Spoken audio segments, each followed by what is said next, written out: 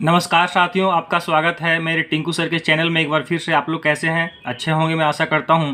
आप लोगों को मैं आज मैट्रिक परीक्षा के जो बच्चे तैयारी कर रहे हैं उनके लिए मैं आज प्रीवियस ईयर यानी कि 2022 में जो सोशल साइंस सब्जेक्ट में जो 40 अंक का प्रश्न पूछा था, एमसीक्यू मल्टीपल चॉइस क्वेश्चन, बहुविकल्पीय प्रश्न पत्र, जिसको हम लोग वस्तुनिष्ठ या ऑब्जेक्टिव प्रश्न भी कहते हैं, जो 40 अंक का था, तो मैं आप लोगों को आज बता रहा हूँ कि सोशल साइंस में 40 अंक का ऑब्जेक्टिव वस्तुनिष्ठ बहुविकल्पीय जो चयन करने का वो प्रश्न पूछेगा, और 40 नंबर का सब्जेक्टिव यानी कि विषयनिष्ठ लिखने वाला 2 नंबर, 3 नंबर और 5 नंबर का पूछेगा।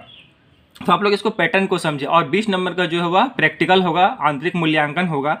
तो देखिए पिछले साल का आप लोग क्वेश्चन देख लीजिए, आपको एक अंदाजा समझ में आ जाएगा कि किस पैटर्न में प्रश्न पूछ रहा है। उसी पैटर्न में प्रश्न पूछेगा, थोड़ा बहुत इधर उधर घुमा देगा, मैं आपको भी बताऊंगा। देखिए उत्तर जानना जरूर, उत्तर तो आदमी कहीं से भी देख लेगा, उत्तर तो सभी कोई जानते हैं। अगर नहीं भी जानते हैं तो वह पुस्तक, गाइड, टुडे वगैरह से खोज लेगा, लेकिन किस पैटर्न में प्रश्न आ रहा है इसको समझने की आवश्यकता है।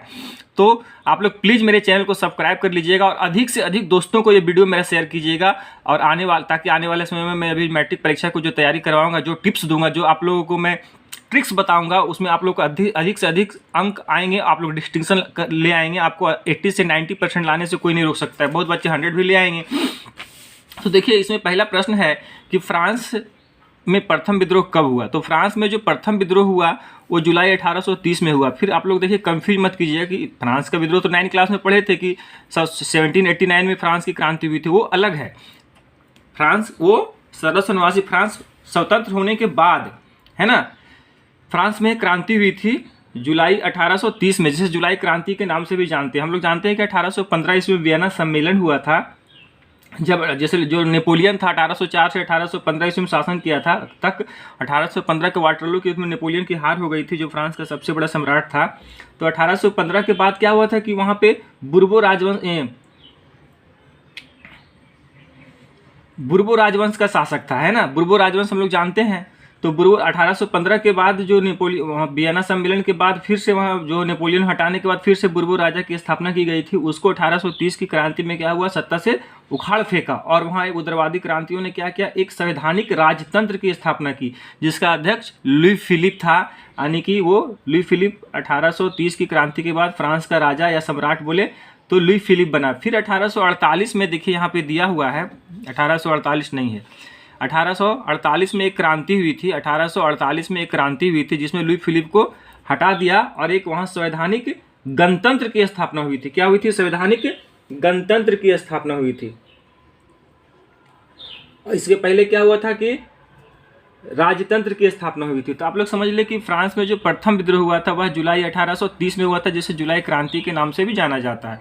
तो परीक्षा का पैटर्न समझिए। इस बार पूछा है कि जुलाई 1830 की क्रांति, हो सकता है 2022 में पूछा है जुलाई 1830 की क्रांति, हो सकता है कि आपको पूछ दे 1848 की क्रांति में किसे गद्दी से हटाया गया या किस प्रकार की शासन स्थापित हुई। तो उसमें लिख देना है कि संवैधानिक गणतंत्र की स्थापना हुई। क्या लिख देना है? संवैधानिक गणतंत्र की स्थापना हुई।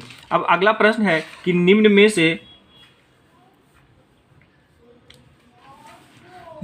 से किसका विश्वास था कि ईश्वर की मर्जी के अनुसार राष्ट्र ही मनुष्यों की प्राकृतिक इकाई थी।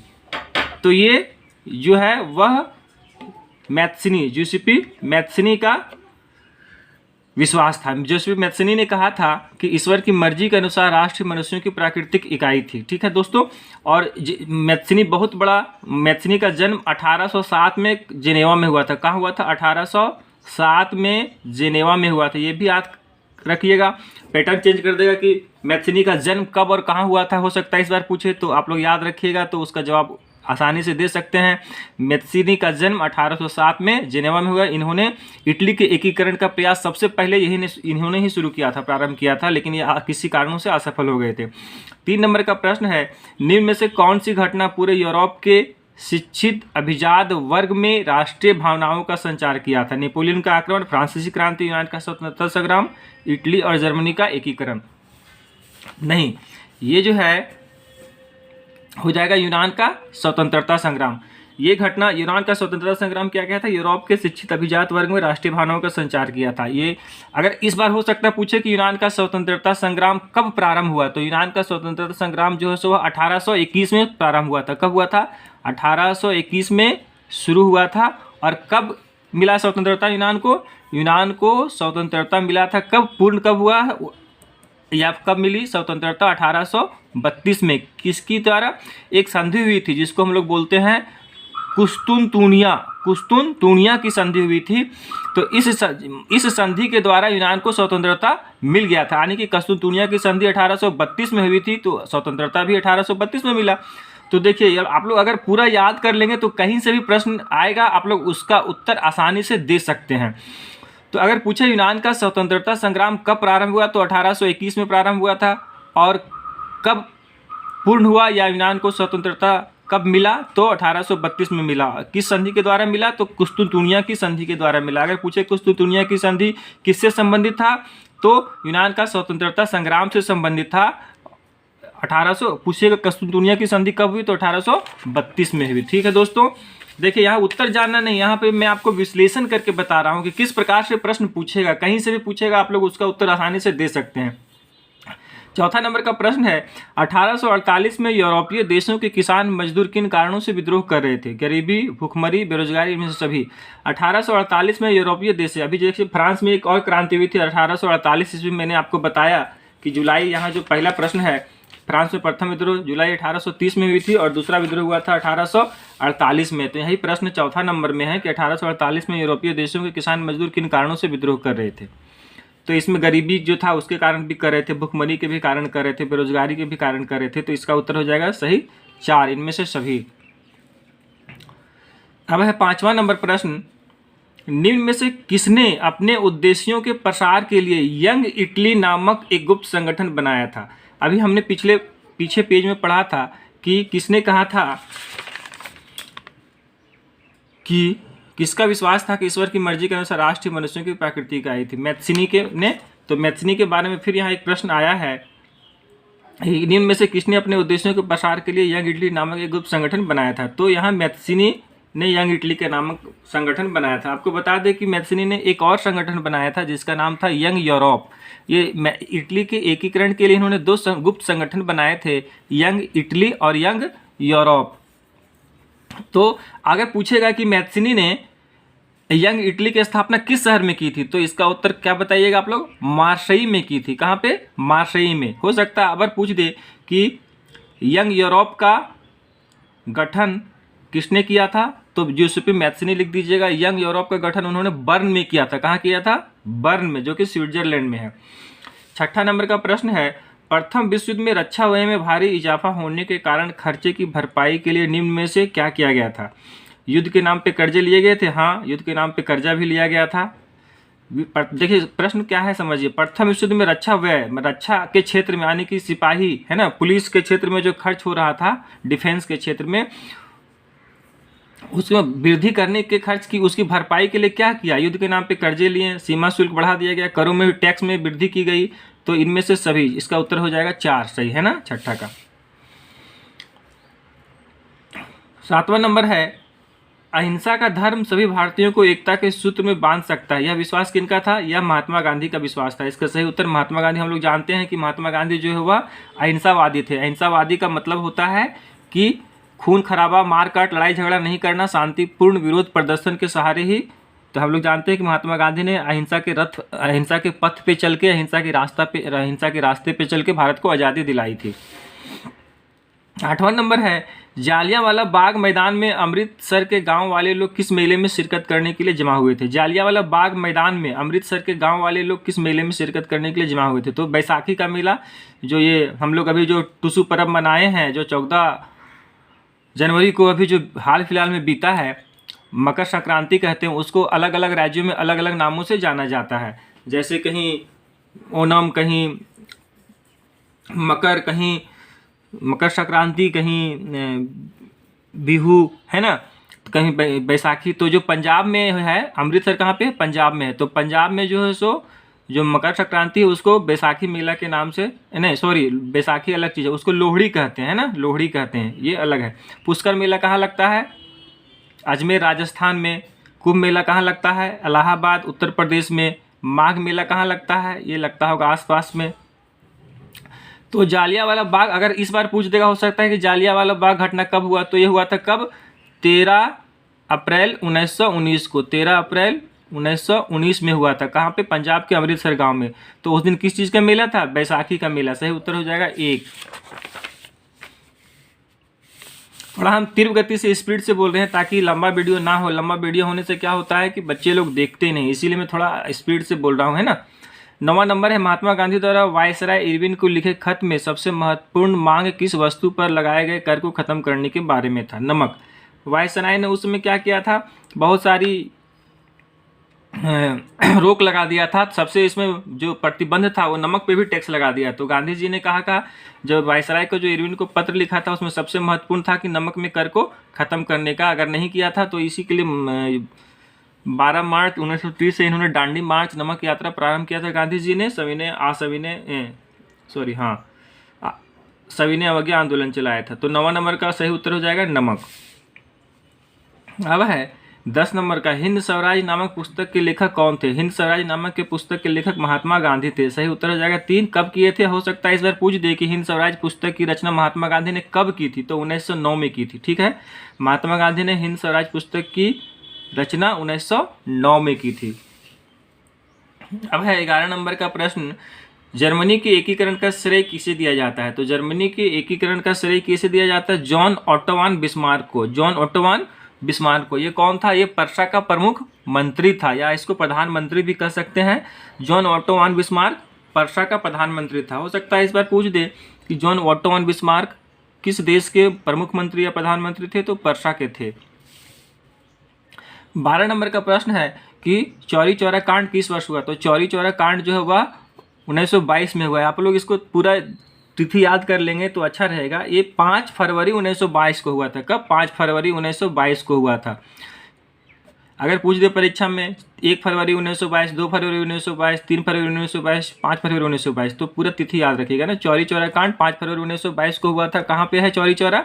चौरी चौरा जो है सो उत्तर प्रदेश के गोरखपुर में है। हम लोग जानते हैं कि असहयोग आंदोलन गांधी जी ने जब प्रारंभ किया था तो एक अहिंसात्मक तरीके से भीड़ प्रदर्शन करने के लिए क्रांतिकारियों ने जा रहा था, उसे बीच में एक थाने मिल गया जिसमें पुलिस ने इनको जाने से रोक दिया। तो इन्होंने जो क्या हो गए, उग्र हो गए और पुलिस की बात नहीं मानी और थाने में आग लगा दिया, जिसमें 22 पुलिसकर्मी मर गए थे। इसके कारण क्या हुआ था? गांधी जी ने असहयोग आंदोलन को वापस ले लिया, जिसके कारण गांधी जी की आलोचना भी हुई और अंग्रेजों ने गांधी जी को इसके बाद जेल में भी बंद कर दिया था कि असहयोग आंदोलन आपके कारण हुआ, इतना खून खराबा आपके कारण हुआ था। ठीक है दोस्तों, 13 नंबर का प्रश्न देखिए, भूगोल का है। वो उतना जो 1 से 12 तक प्रश्न था वह इतिहास से था। सोशल साइंस में 4 सब्जेक्ट होता है, आप लोग जानते हैं, इतिहास, राजनीति विज्ञान, भूगोल और अर्थशास्त्र। पहले डिजास्टर मैनेजमेंट भी था, आपदा प्रबंधन भी था, उसको हटा दिया गया। 13 नंबर का प्रश्न है, पवन द्वारा मैदान अथवा ढालू क्षेत्र से मृदा को उड़ा ले जाने की प्रक्रिया को क्या कहा जाता है? तो बहुत सारे यहाँ उत्तर मृदा अपर्दन भी लिखे हैं, लेकिन जो आप लोग का एनसीईआरटी का पुस्तक में दिया है वो है पवन अपर्दन। ठीक है दोस्तों, 14 नंबर का प्रश्न है, उत्पत्ति के आधार पर संसाधनों को 2 भागों में विभाजित किया जाता है, उनके नाम क्या है? आप देखिए, संसाधन का विभाजन बहुत प्रकार से किया जाता है। उत्पत्ति के आधार पर भी किया जाता है और समाप्यता के भी आधार पर किया जाता है। तो उत्पत्ति के आधार पर जो संसाधनों का विभाजन किया जाता है वो जैव और अजैव उनका नाम है। ठीक है दोस्तों, उत्पत्ति के आधार पे जो संसाधनों का विभाजन किया जाता है उसके नाम जैव और अजैव है। जैव मतलब होता है जिसमें जान हो, जो जिसमें जीवन हो, यानी कि जो सजीव हो, जैसे जिनकी प्राप्ति जैव मंडल से होती है, जैसे जीव जंतु, वन वनस्पति, मत्स्य पशुधन, है ना, मनुष्य इत्यादि। और अजैव जिसमें जान नहीं हो, जो निर्जीव हो, जैसे भूमि, पहाड़, खनिज, जल, मिट्टी, मृदा इत्यादि, है ना। अगर इस बार हो सकता है पूछ दे कि समाप्यता के आधार पे संसाधन कितने भागों में, समाप्यता के आधार पे संसाधन कितने प्रकार के होते हैं या उनके नाम लिखे, तो समाप्यता के आधार पे संसाधन जो है वह 2 प्रकार के होते हैं, नवीकरणीय संसाधन और अनवीकरणीय संसाधन। ठीक है दोस्तों, नवीकरणीय संसाधन और देखिए यहाँ भी दिया भी है, नवीकरणीय और अनवीकरणीय। ये किसके आधार पे विभाजन होता है? समाप्यता के आधार पे। नवीकरणीय जो एक बार पूर्ति करने के बाद पुनः बन जाता है, पुनः वह प्राप्त हो जाता है, उसको नवीकरणीय कहते हैं। और आणविकरणीय जैसे जैसे नवीकरणीय में क्या हो गया, वायु, जल। आणविकरणीय हो गया खनिज, है ना, जो से एक बार हम लोग यूज करने के बाद दोबारा नहीं बनता है। अब 15 नंबर प्रश्न है, निम्न में से किस मृदा को रेगुड़ मृदा भी कहा जाता है। हम लोग जानते हैं कि काली मिट्टी को, काली मृदा को रेगुड़ मृदा कहा जाता है, जो कि गुजरात, राजस्थान इत्यादि राज्यों में पाया जाता है। 16 नंबर का प्रश्न है, जून 1992 में ब्राजील के किस शहर में प्रथम अंतर्राष्ट्रीय पृथ्वी सम्मेलन का आयोजन किया गया था। प्रथम अंतर्राष्ट्रीय पृथ्वी सम्मेलन का आयोजन 1992 में रियो डी जेनेरियो में किया गया था। देखिए इसी पैटर्न को, इसी प्रश्न को घुमा भी सकता है कि रियो डी जेनेरियो में प्रथम अंतर्राष्ट्रीय पृथ्वी सम्मेलन का आयोजन कब किया गया था और कहाँ किया गया था, तब हो जाएगा जून 1992 में ब्राजील में किया गया था। ठीक है दोस्तों, देखिए प्रश्न घुमा भी सकता है। यहाँ पूछा है जून 1992 में ब्राजील के किस शहर में प्रथम अंतर्राष्ट्रीय पृथ्वी सम्मेलन का आयोजन किया गया था। रियो डी जेनेरियो में। ऐसा पूछेगा कि प्रथम अंतर्राष्ट्रीय पृथ्वी सम्मेलन रियो डी जेनेरियो में किया गया था तो कब और किस देश में किया गया था, तो जून 1992 में ब्राजील में किया गया था। अब है, निम्न में से भारत के किस राज्यों में खनिजों और कोयले के प्रचुर भंडार है। झारखंड में है, लेकिन आंध्र प्रदेश, उत्तर प्रदेश में नहीं है। झारखंड में है, उड़ीसा, राजस्थान में नहीं है। झारखंड में है, गोवा, असम में नहीं है। यहाँ झारखंड, मध्य प्रदेश, छत्तीसगढ़। तो यहाँ हो जाएगा चौथा नंबर सही उत्तर कि भारत के किस राज्यों में खनिजों और कोयले के प्रचुर भंडार है। झारखंड में है, मध्य प्रदेश में सिंगरौली में पूरा है, छत्तीसगढ़ में है। 18 नंबर का प्रश्न है, भारत में भूमि का कितना प्रतिशत भाग भूक्षेत्र मैदानों के रूप में है, तो इसका सही उत्तर हो जाएगा 43% में है। 19 नंबर है, देश का क्षेत्रफल का लगभग 27% हिस्सा खनिजों, जीवाश्म ईंधन और वनों के अपार संचय के रूप में किस क्षेत्र को जाना जाता है। पठारी, मैदानी, पर्वतीय नहीं, तो इसका सही उत्तर हो जाएगा पठारी में पाया जाता है। ठीक है दोस्तों, पठारी में होगा। 20 नंबर का प्रश्न है, पंजाब में भूमि निम्नीकरण का मुख्य कारण क्या है। गहन खेती, वनोन्मूलन, वन का उन्मूलन, या अधिक सिंचाई, या अति पशुचारण। तो यहाँ सही उत्तर हो जाएगा अधिक सिंचाई। पंजाब में भूमि निम्नीकरण का मुख्य कारण क्या है, अधिक सिंचाई। वहाँ सिंचाई बहुत अधिक होता है, इसीलिए एक वर्ष में वहाँ 2 या 3 फसलें उपजाई जाती है। किसके कारण संभव होता है, सिंचाई के कारण संभव होता है। 21 नंबर का प्रश्न है, निम्न में से किस प्रांत में सीढ़ीदार सोपानी खेती की जाती है। तो सीढ़ीदार सोपानी खेती जो है वह उत्तरांचल में की जाती है, क्योंकि ढालनुमा जमीन है वहाँ, इसीलिए, है ना। चाय की खेती भी हम लोग सीढ़ीनुमा में करते हैं। भारतीय वन्य जीव अधिनियम किस वर्ष में लागू किया गया था। तो भारतीय वन्य जीव अधिनियम जो है सुबह 1972 में लागू किया था। ये 9 क्लास में भी पढ़ना है इसको, वन्य जीव एवं उपनिवेश, वन्य समाज एवं उपनिवेशवाद चैप्टर में।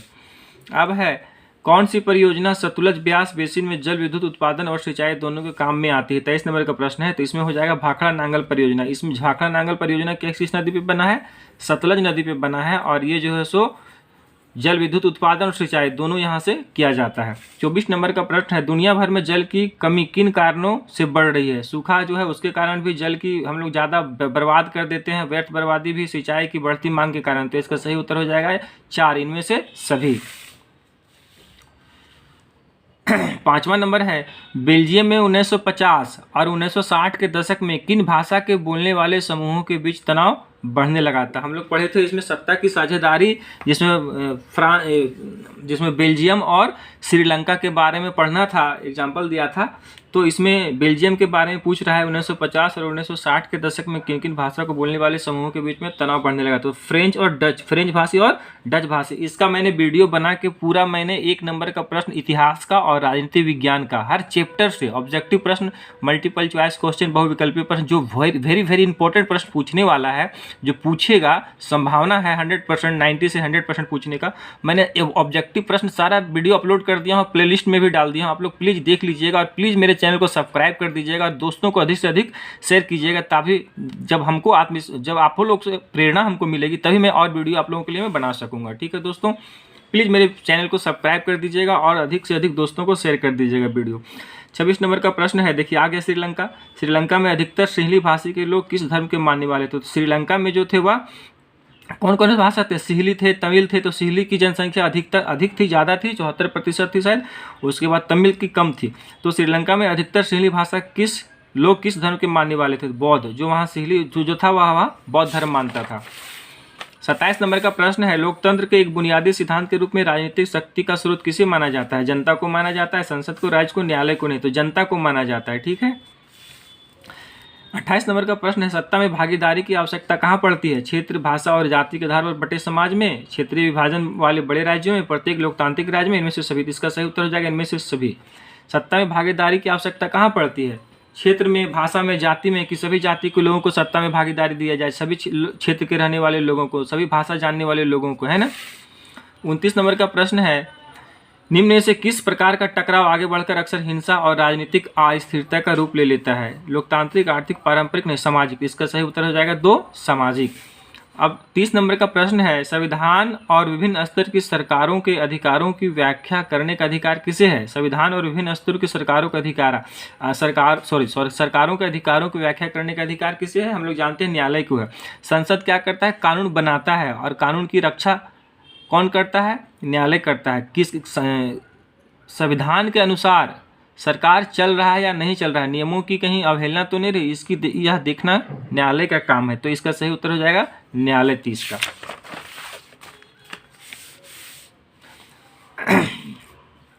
वीडियो काफ़ी लंबा हो रहा है इसलिए मैं जल्दी अब करता हूँ।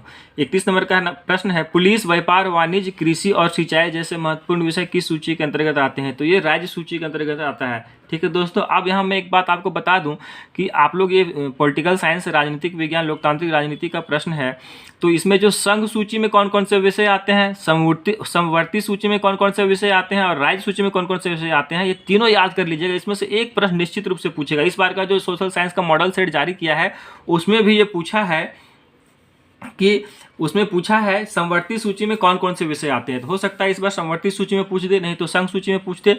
तो संघ सूची में कौन कौन सा विषय आता है? संघ सूची में आता है प्रतिरक्षा, विदेशी मामले, बैंकिंग, संचार और मुद्रा। और समवर्ती सूची में कौन कौन से विषय आते हैं? समवर्ती सूची में आते हैं शिक्षा, वन, मजदूर, संघ विवाह, गोद लेना और शायद उत्तराधिकार है। तो आप लोग संघ सूची में कौन कौन से विषय आते हैं, समवर्ती सूची में कौन कौन से विषय आते हैं, राज्य सूची में कौन कौन से विषय आते हैं, आप लोग याद कर लीजिएगा। इसमें से 1 नंबर का प्रश्न निश्चित 100% आएगा। ठीक है दोस्तों।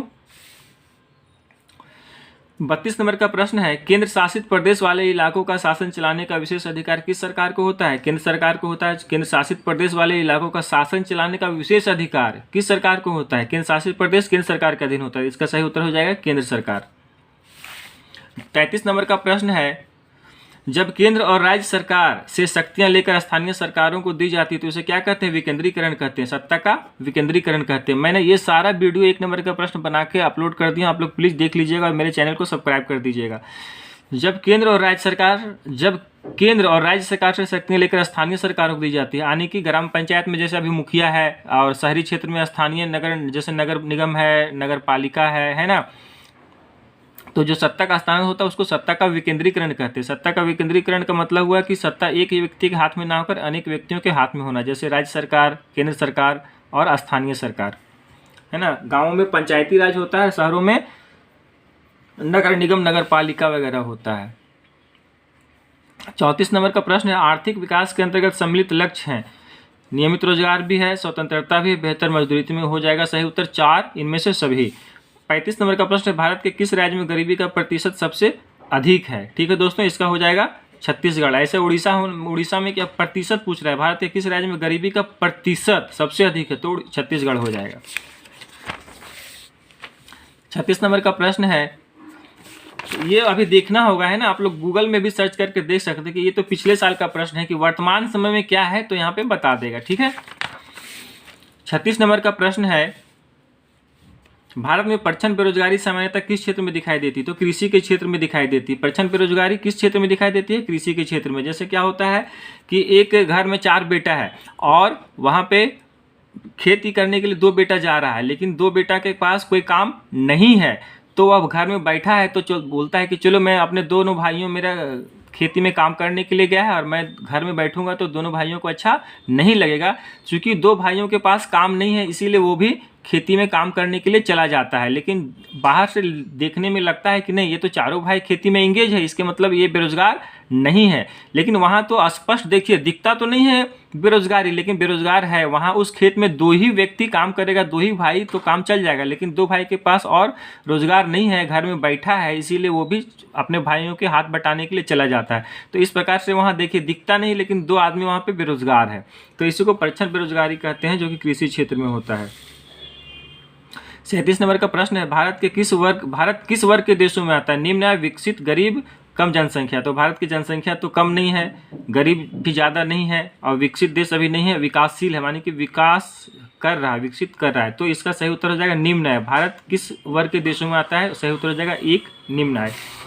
38 नंबर का प्रश्न है, निम्न में से कौन अर्थव्यवस्था की विशालता को प्रदर्शित करता है? सकल घरेलू उत्पाद, जिसको हम लोग जीडीपी भी कहते हैं, जिसका फुल फॉर्म होता है ग्रोस डोमेस्टिक प्रोडक्ट है ना, सकल घरेलू उत्पाद। तो 38 का सही उत्तर हो जाएगा ए, 1 सकल घरेलू उत्पाद। 39 नंबर का प्रश्न है, परिवहन, भंडारण, संचार, बैंक सेवाएं और व्यापार किस क्षेत्र की गतिविधियों के प्रमुख उदाहरण है?